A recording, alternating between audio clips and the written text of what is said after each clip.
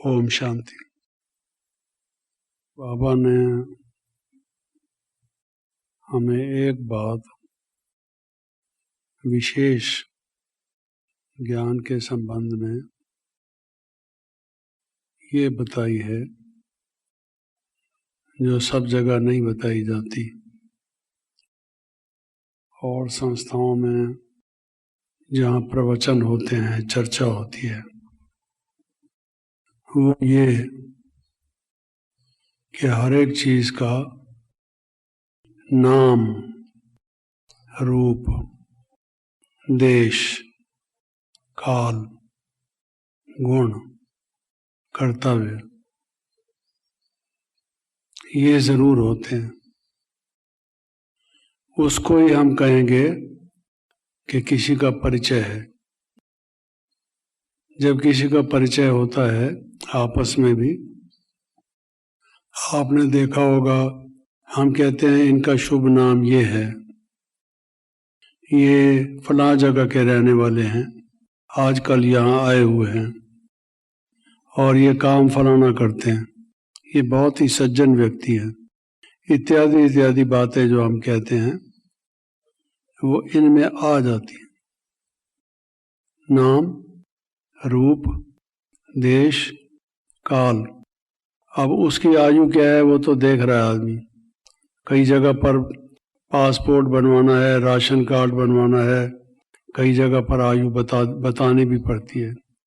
तो काल, और फिर उसके साथ गुण, उसकी विशेषताएं क्या हैं। ये डॉक्टर है या इंजीनियर है, ये बहन गृहिणी है या कोई कार्य करने वाली महिला है, इत्यादि उसके गुण भी होते हैं और फिर उसका कर्तव्य भी होता है। तो ये मैं क्यों कह रहा हूं, क्योंकि परमात्मा के संबंध में ये बहुत आवश्यक है।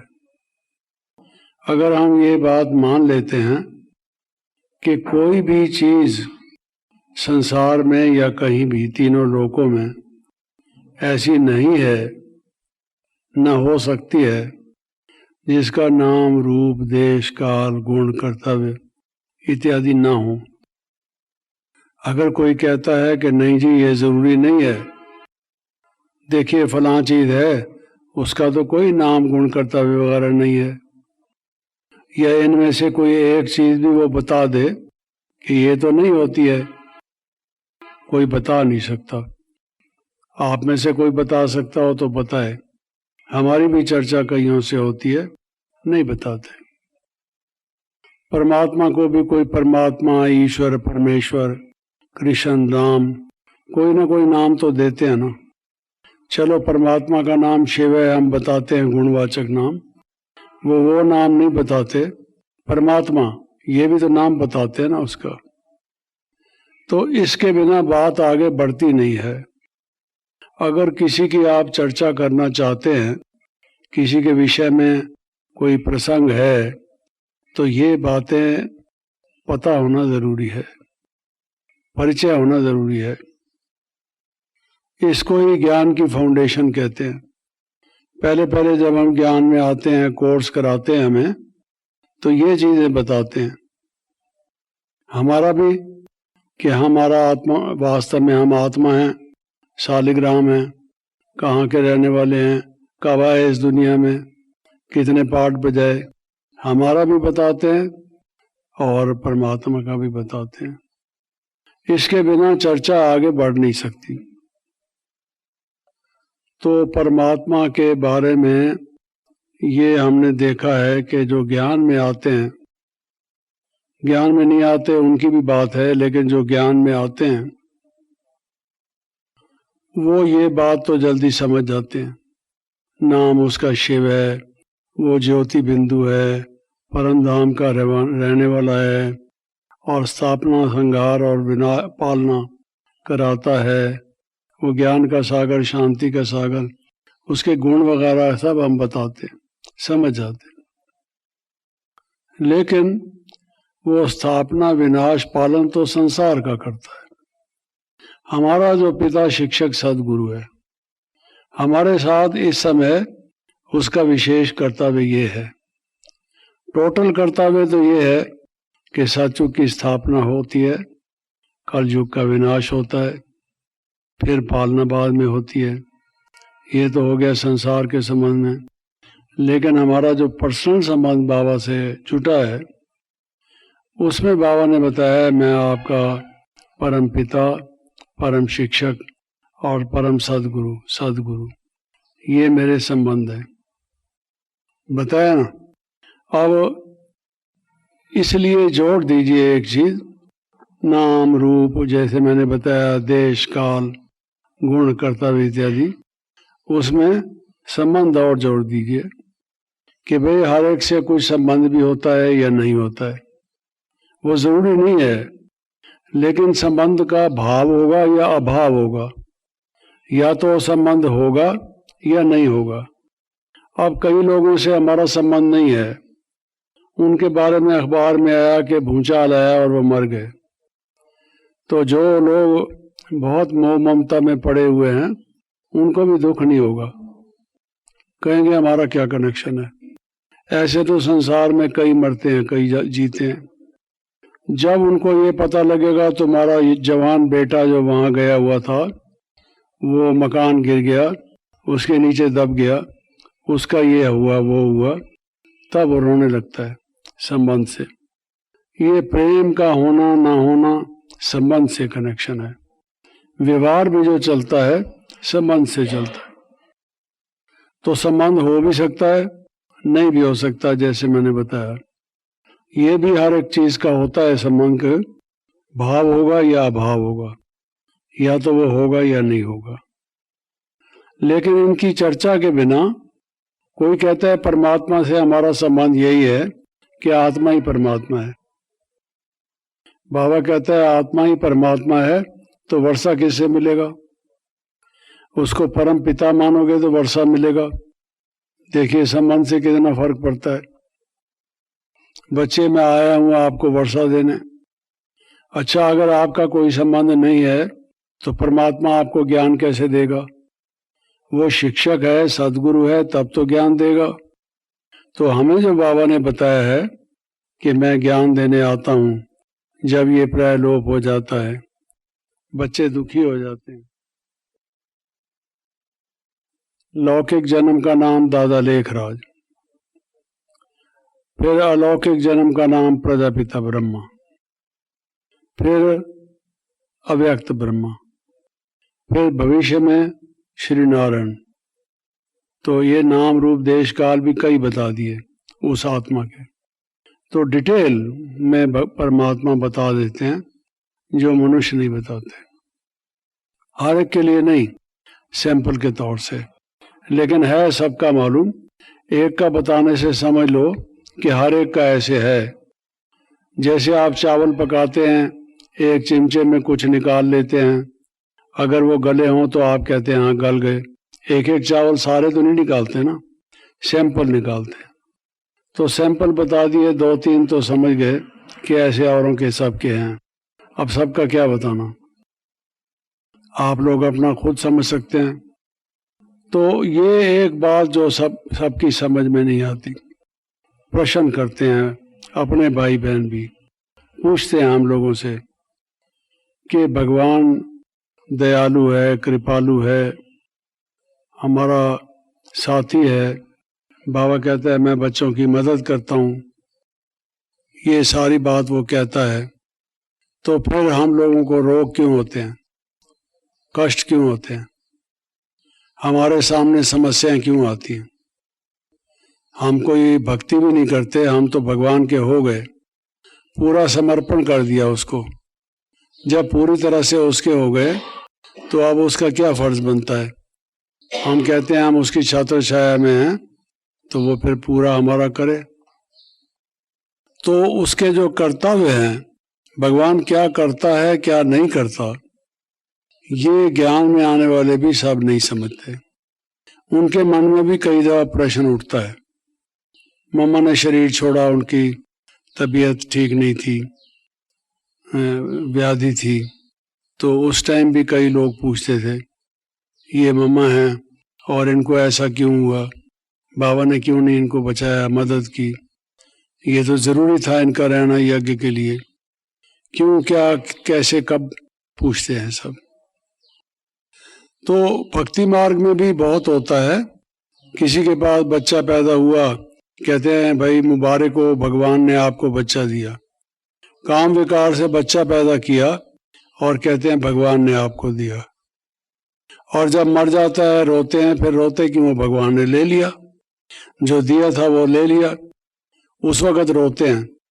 और जब बच्चा पैदा होता है, अगर पैदा होते ही बहुत बीमार हो, तकलीफ हो उसको, तो फिर भगवान ने अगर दे दिया, ये क्या बात है, हमें ऐसा बच्चा दिया जो दुखी है, जन्म होते ही मुसीबत उसके ऊपर है, तो दयालु भगवान ऐसा बच्चा देगा? नहीं मालूम है। उन्होंने सुना हुआ है कि भगवान देता है सब कुछ, जन्म मरण उसके हाथ में है, तो वो भगवान क्या करता है क्या नहीं करता है, क्या देता है क्या नहीं देता। जैसे वो कहते हैं तेरे कांटों से भी प्यार, तेरे फूलों से भी प्यार, समझते हैं दुख सुख देने वाला भगवान है। पिछले दिन अभी मुरली में था कि अगर ऐसा है तो फिर भगवान को दुखदाता क्यों नहीं कहते, दुखहर्ता क्यों कहते हैं, सुखदाता क्यों कहते हैं? इसका मतलब वो सुख देता है, दुख हरता है। तो क्या करता है क्या नहीं करता है ये लोगों को पूरी तरह से मालूम नहीं है, लेकिन आप भगवान की भी मजबूरी समझिए, क्या करे वो, आप उसकी जगह हो तो क्या करेंगे? किसी को कोई शारीरिक तकलीफ है, कोई व्याधि है, कोई बीमारी है, अच्छा आप कहेंगे कि भगवान उसकी मदद करे, ठीक है मदद करेगा, क्या मदद करे, थोड़ा और स्पष्ट करो।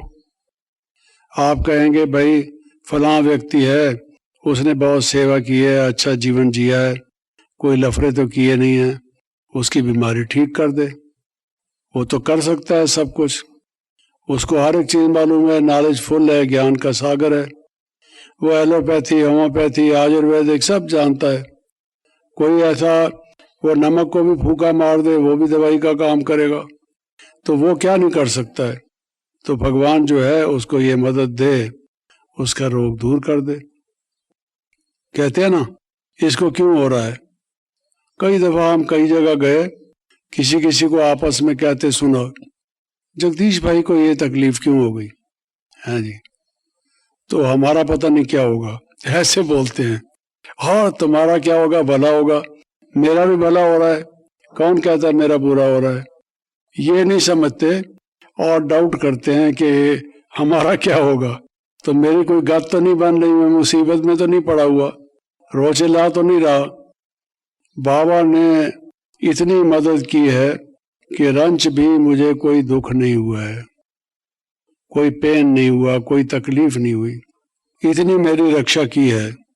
और वो तो वार्निंग मुझे देता रहा है, मैं गफलत करता रहा हूं, मिसाल के तौर से अपनी तबीयत के बारे में ध्यान नहीं देता रहा। शुरू शुरू में जब मैं आता था यहाँ, मैं दिन में एक ही बार खाना खाता था, मैं समझता था योगी लोग एक ही दफा खाना खाते हैं, ये बार बार खाओ ये नहीं खाता था। यहाँ तक के कोई टोली भी दे दे तो रख लेता था, जब भोजन करता था उसके साथ ही करता था, तब तक संभाल के रख देता था। बार बार खाना ठीक नहीं, ये इंसान का काम नहीं। मुझे बाबा ने कहा बच्चे सुना है तुम नाश्ता नहीं करते, रात को भी खाना नहीं खाते। मैंने कहा जी हाँ। तो कहा कि नहीं तुम खाने पर ध्यान दो। मैंने कहा बाबा मुझे कोई तकलीफ नहीं है, मैं अपने में एनर्जी फील करता हूँ, आप कोई काम बताइए मैं कर दूंगा, मैं कोई कमजोर नहीं हूँ, जितना खाता हूँ उससे मेरा ठीक चलता है। और एक भी जो खाना खाता था, लंच करता था, कोई ज्यादा नहीं खाता था, 2-2.5 रोटी, 2 रोटी मुश्किल से। उस उम्र में मैं समझता था जो ब्रह्मचर्य का पालन करता है, जिसको कोई चिंता नहीं है, दुख नहीं है और कोई लफड़ा नहीं है, उसकी इतनी एनर्जी है, उसको गाय की तरह से टब भर के चारा खिलाओ, ऐसी क्या जरूरत है, 2 रोटी बहुत है जी। तो और हम समझते थे, चलते भी थे, हमें कोई दिक्कत नहीं थी। लेकिन बाबा ने कहा बच्चे बाद में जाके तकलीफ होती है, खाना ठीक तरह से खाओ। हाँ जी। और यहाँ पर भोजन के बाद कई दफा बाबा, जिसको पान सुपारी कहते थे, मौसमी और थोड़े बहुत अनार के दाने और कुछ देते थे बच्चों को कि बच्चे खाओ। मेरे को भी देते थे। मैं कहता था बाबा अब खा लिया। एक दफा खाने के बाद और दांत साफ करने के बाद मैं फिर दोबारा नहीं खाता था। खा लिया सो खा लिया। अब बढ़िया से बढ़िया चीज आप कह दो, रबड़ी खा लो, ये खा लो, वो खा लो, कुछ नहीं, खा लिया सो खा लिया। वो भी नहीं खाता था। तो बाबा मुझे कहते थे देखो खाना चाहिए है, ये खाने पर पूरा ध्यान दो। मैंने नहीं दिया। बाबा ने मुझे कई दफा, मेरे ख्याल में 5-6 दफा अपने साथ बैठ के खाना खिलाया। जो बाबा का कमरा है, एक छोटी सी टेबल रखी जाती थी, एक तरफ बाबा बैठ के खाते थे अकेले ही, दूसरी तरफ मुझे बिठा के खुद अपने हाथों से मुझे खिलाया। मैंने खाया, इतना प्यार से बाबा ने खिलाया। वो जो दाल वाले खिचड़ी जो होती है, उसमें कुछ पापड़ भोर के बाबा मुझे ऐसे बना के खिलाते थे, कोई चीज कभी कुछ। फिर भी मैंने ध्यान नहीं दिया, काम में लगा रहा।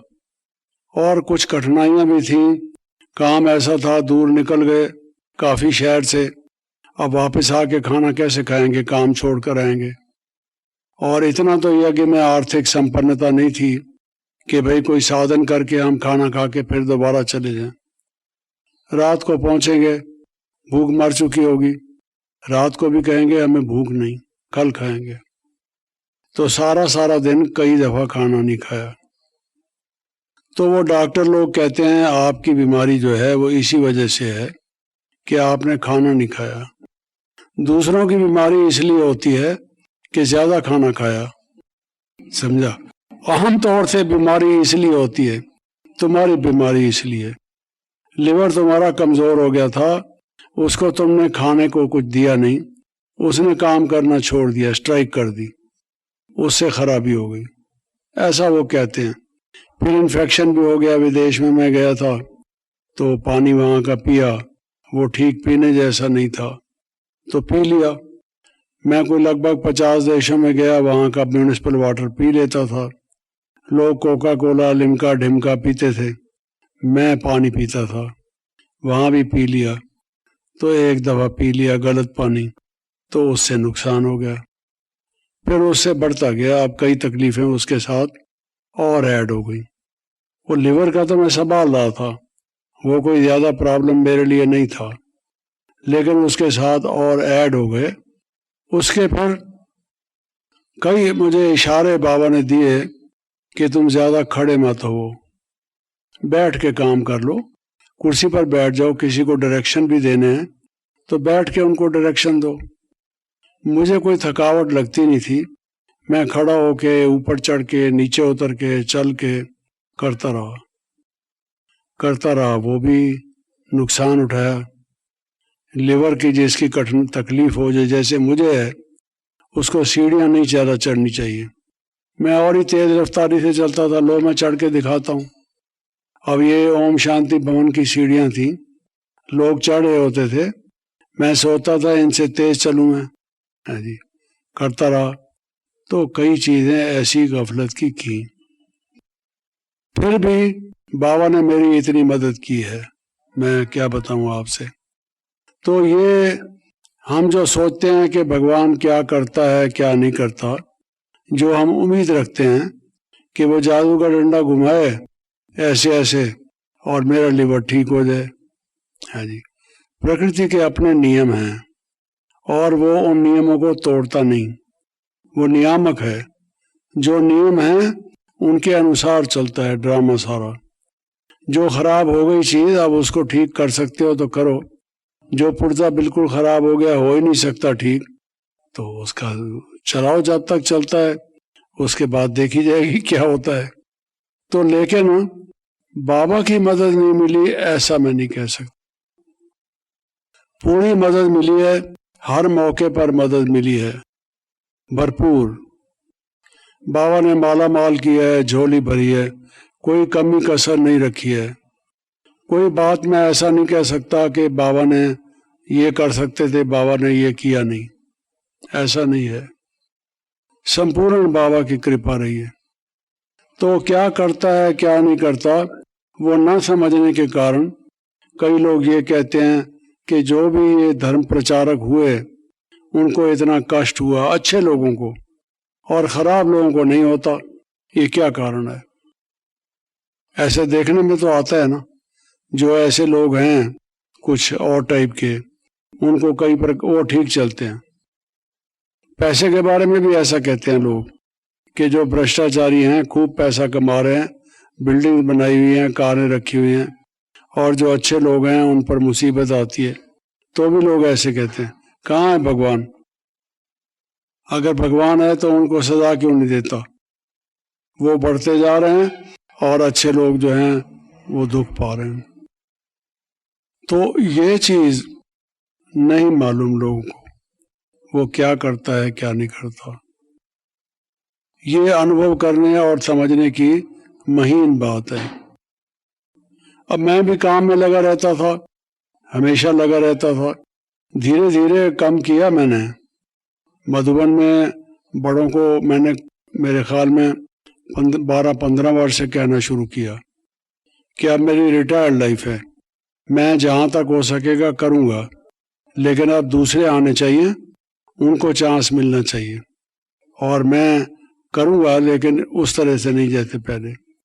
तो धीरे धीरे कोशिश करके करता रहा, लेकिन मुझे हर दफ़ा ये कहा गया ऐसे कैसे हो सकता है, बाबा ने इतनी आयु में भी किया और तुम ये कह रहे हो। हमारे यहाँ रिटायर्ड नहीं होता है। तो ये बात ठीक भी है, जब तक जीना है कार्य तो करना है, उससे ही हमारा भविष्य बनेगा, भाग्य बनेगा, सेवा है ये। तो ऐसा नहीं कि हम करते नहीं थे, करते रहते थे, लेकिन करते रहने से, बिजी रहने से, सारा टाइम बिजी रहने से तो फिर कहाँ फुर्सत मिलती है कि हम स्व उन्नति के लिए भी कुछ करें। अब क्या मदद बाबा करता है कि हमको स्व उन्नति के लिए भी मौका मिलता है। हम चारपाई पर लेटे हैं, अच्छा हमें वो ड्रिप्स दिए जा रहे हैं, कोई दवाई जो है वो जा रही है हमारे अंदर, और हम तो बेड पर लेटे पड़े हैं, क्या कर रहे हैं। अब उस टाइम अगर हम चाहें, हम बाबा की याद में रह के अपना टाइम सफल कर सकते हैं। जितने दिन भी आप हॉस्पिटल में रहें, आप नहीं, आप तो ना रहें तो अच्छा है, मैं अपनी बात कर रहा हूँ। कई दफ़ा बोलने का ये सिस्टम होता है, आदमी ऐसे क्या देता है, आप तो घर में रहें, खुश रहें, मौज में रहें, अच्छा है। लेकिन मान लो मुझे रहना पड़ा, तो उस टाइम को मैं यूटिलाइज कर सकता हूँ। डॉक्टर कहता है तुम रेस्ट करो, मैं रेस्ट करके अपना कौन सा रेस्ट करना है, चला जाऊंगा अपने वतन में, घर में, बाबा के पास, साइलेंस में, उस प्रकाश की दुनिया में, और रेस्ट कर सकता हूँ। उनको क्या मालूम कौन सा रेस्ट कर रहा है ये, वो तो मतलब ये है ज़्यादा उठो बैठो मत, और जफाकशी करने की ज़रूरत नहीं है, आप रेस्ट करो। तो ये सब चांस भी हमें एडिशनल मिलता है, और सिर्फ मिलता नहीं है चांस ही, मदद करता है बाबा। जिसमें मैंने देखा है हम ही सिर्फ भगवान को याद नहीं करते, भगवान भी हमें याद करता है। बहुत दफ़ा हमने देखा हम ऐसे ही बैठे हैं या लेटे पड़े हैं, बाबा जैसे हमको याद कर रहा हो, किया उसने, ऐसे वो आता है, फिर हमारी भी याद लग जाती है, बाबा की बात याद आती है, बाबा ने जो हमारे साथ अनुग्रह किया वो याद आता है। तो बाबा भी याद करता है, ये जीवन में मैंने बहुत अनुभव किया। और बाबा कई दफ़ा कहते भी हैं मैं बच्चों को याद करता हूँ, आपने सुना है मुरली में बाबा बहुत कहते हैं। तो कितनी खुशी की बात है कि बाबा हमें याद करें, हम बाबा को याद करें, और ये संगम का समय इसी में हमारा गुजरे, इससे ज़्यादा और सुख क्या है। तो हम उसी में अगर रम जाएं तो हमें सुख ही सुख है, कोई कष्ट नहीं है। लेकिन लोग समझते हैं कि जो धार्मिक लोग और अच्छे लोग हैं इनको क्यों कष्ट होता है? आपने सुना होगा जो रमन महर्षि जिसको बोलते हैं, उसको कैंसर हुआ था। स्वामी रामकृष्ण परमहंस जो था, उसको भी मौत का कैंसर हुआ था। कईयों को, ये गोलवलकर थे आरएसएस के, उनको भी गुरु गोलवलकर जिनको कहते हैं, कैंसर हुआ था।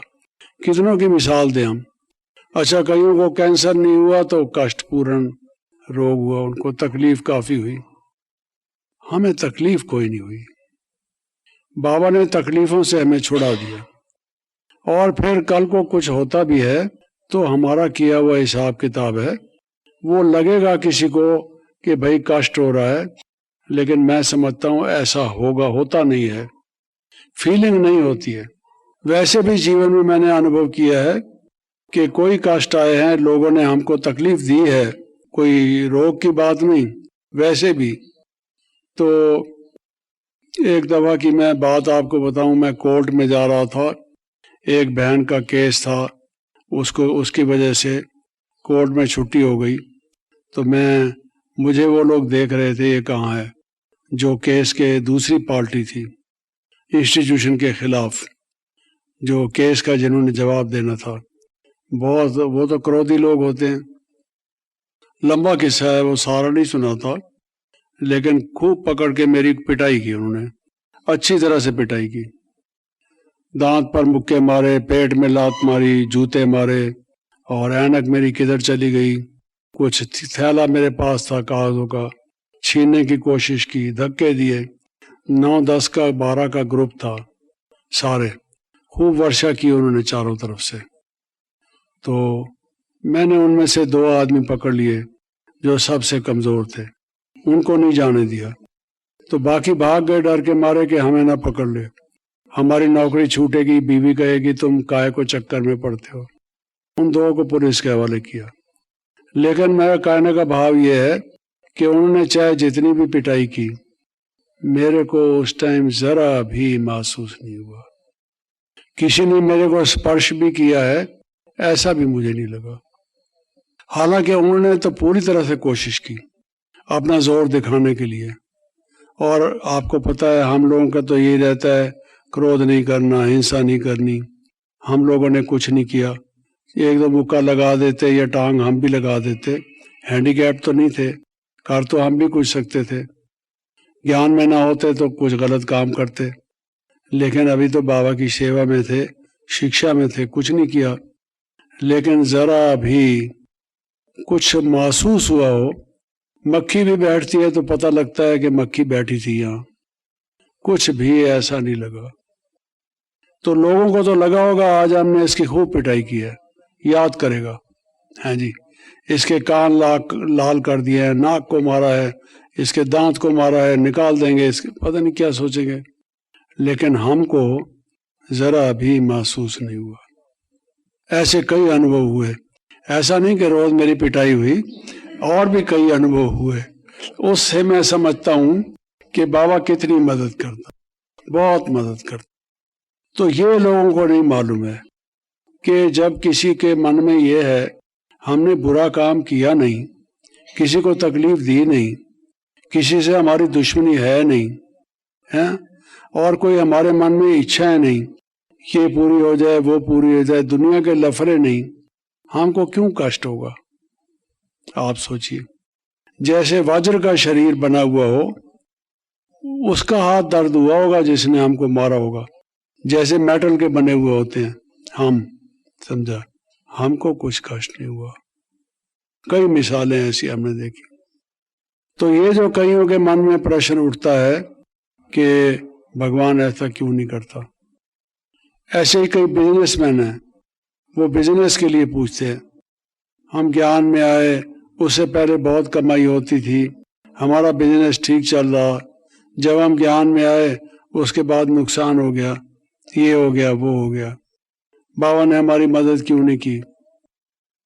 तो बाबा तुम्हारा बिजनेस अगर बढ़ाता जाए तो सारे ही बिजनेसमैन बन जाएंगे कि चलो ब्रह्मा कुमारी संस्था में जाने से भगवान तुम्हारा बिजनेस बढ़ाएगा, खूब कमाई होगी।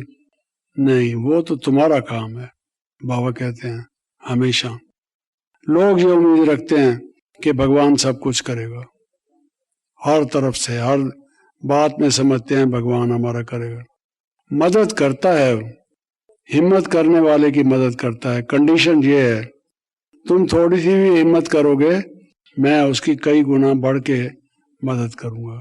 ये निश्चित है। कभी भी जीवन में इस बात को मत भूलना।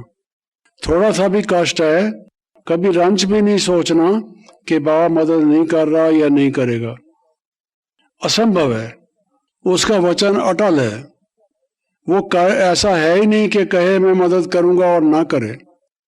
जब वो लौकिक वाले नहीं पहुंचेंगे, पैसा काम नहीं आएगा, डॉक्टर की दवाई लगेगी नहीं, रोग बढ़ता जाएगा, तकलीफ आएगी, तो भी वो मदद करेगा। वो मदद करना नहीं छोड़ेगा। ये आप सोचिए। सब छोड़ जाएंगे, वो नहीं छोड़ेगा। तो ये कितना बड़ा मनुष्य में एक साहस आता है, उत्साह बढ़ता है कि कौन मिला है हमें। लोग समझते हैं मेडिटेशन से टेंशन दूर होती है, ये है, छोटे मोटे उसके बताते हैं, पीस ऑफ माइंड मिलता है। अरे भगवान जिसका साथी बन जाए, जिसकी छत्र छाया वो मनुष्य पर हो जाए और वो उसको गाइड करे, बुरे कामों से बचा दे, आगे के लिए अच्छे रास्ते पर लगा दे, और वक़्त पर उसको टच करके, अगर हम टच करें, मतलब अगर बुद्धि हमारी क्लियर हो, लाइन क्लियर हो, तो बाबा टच करेगा। तो अगर हम ठीक योगी हैं तो बाबा हमारी मदद करता है। ये भी बहुत बड़ी मदद है, टचिंग करता है। वो टचिंग क्या करता है, हमने अनुभव किया है बहुत दफा। वो आवाज जाएगी नहीं बाबा की, बच्चे ऐसा करो, बच्चे ऐसा करो, बच्चे ऐसा करो, बच्चे ऐसा करो। वो टलेगी नहीं आवाज जब तक आप उसको करेंगे नहीं। जो आपकी सोची हुई बात होगी, मनुष्यों की बताई हुई बात होगी, वो टल जाएगी। आप कहेंगे छोड़ो जी छोड़ो, पता नहीं ठीक है या गलत है। लेकिन जो बाबा की टचिंग है, कौन है? भगवान सर्वशक्तिमान। उस सर्वशक्तिमान की जो टचिंग है वो कोई मामूली है, उसमें शक्ति नहीं भरी हुई। वो ऐसी शक्तिशाली किरण आपकी बुद्धि में डालेगा, वो कहीं जा नहीं सकती। जब तक आप उसको करेंगे नहीं, वो पीछे आपके लगी रहेगी। ये मैं बता देता हूँ। आप कहेंगे ये क्या हो रहा है, लेकिन वो उसको करना ही पड़ेगा आपको, और आप अनुभव करेंगे, उसी में सफलता होती है। ये बाबा की ये भी मदद है। कई तरह की मदद होती है बाबा की। तो इसलिए निश्चिंत हो जाना चाहिए व्यक्ति को। बाबा कहते हैं निश्चय वाला निश्चिंत। निश्चिंत हो जाना चाहिए। सब बाबा के हवाले, चिंताएं भी बाबा के हवाले। वो कल्याणकारी बाप है, भूल गए क्या? लोगों को हम समझाते हैं कि शिव माना कल्याणकारी। वो कल्याणकारी है तो हमारा अकल्याण करेगा क्या? ऐसा हो सकता है? कभी भगवान किसी का अकल्याण करे तो वो भी मनुष्य ऐसा ही हो गया। कभी कुछ करता है, कभी कुछ करता है। मूड ही हो गया वो भी। मूड ठीक हो तो कल्याण कर दिया, ना मूड ठीक हुआ तो उसका लुटिया डबो दी। ऐसा तो नहीं होगा। वो तो कल्याण ही करता है। हमारा भी कल्याण ही होगा, घबराने की बात नहीं। इसलिए ये बात भी सीखने की है, वो क्या करता है क्या नहीं करता। नाम रूप देश काल गुण कर्तव्य, और कर्तव्य में वो क्या करता है क्या नहीं करता। स्थापना पालना विनाश, स्थापना विनाश पालना, वो तो करता है। लेकिन बच्चों के साथ क्या करता है, वो अनुभव करते जाओ। ये भी अनुभव करने की चीज है, गॉड रियलाइजेशन। आपके घनिष्ठ मित्र छोड़ जाएंगे, बहुत पैसा भी काम नहीं आएगा। जिस वक्त जवानी भी नहीं रहेगी, सेहत जवाब दे जाएगी, कोई किसी का नहीं होगा। भगवान आपकी, शिव बाबा आपकी मदद करेगा, करेगा करेगा करेगा। निश्चित समझ लीजिए करेगा। हो ही नहीं सकता कि ना करे। बुद्धि में ये ठोक दीजिए अच्छी तरह से। ये बात कभी भी जीवन में भूलने की नहीं है। अब 2 मिनट याद में बैठेंगे, फिर विसर्जन करेंगे। ओम शांति।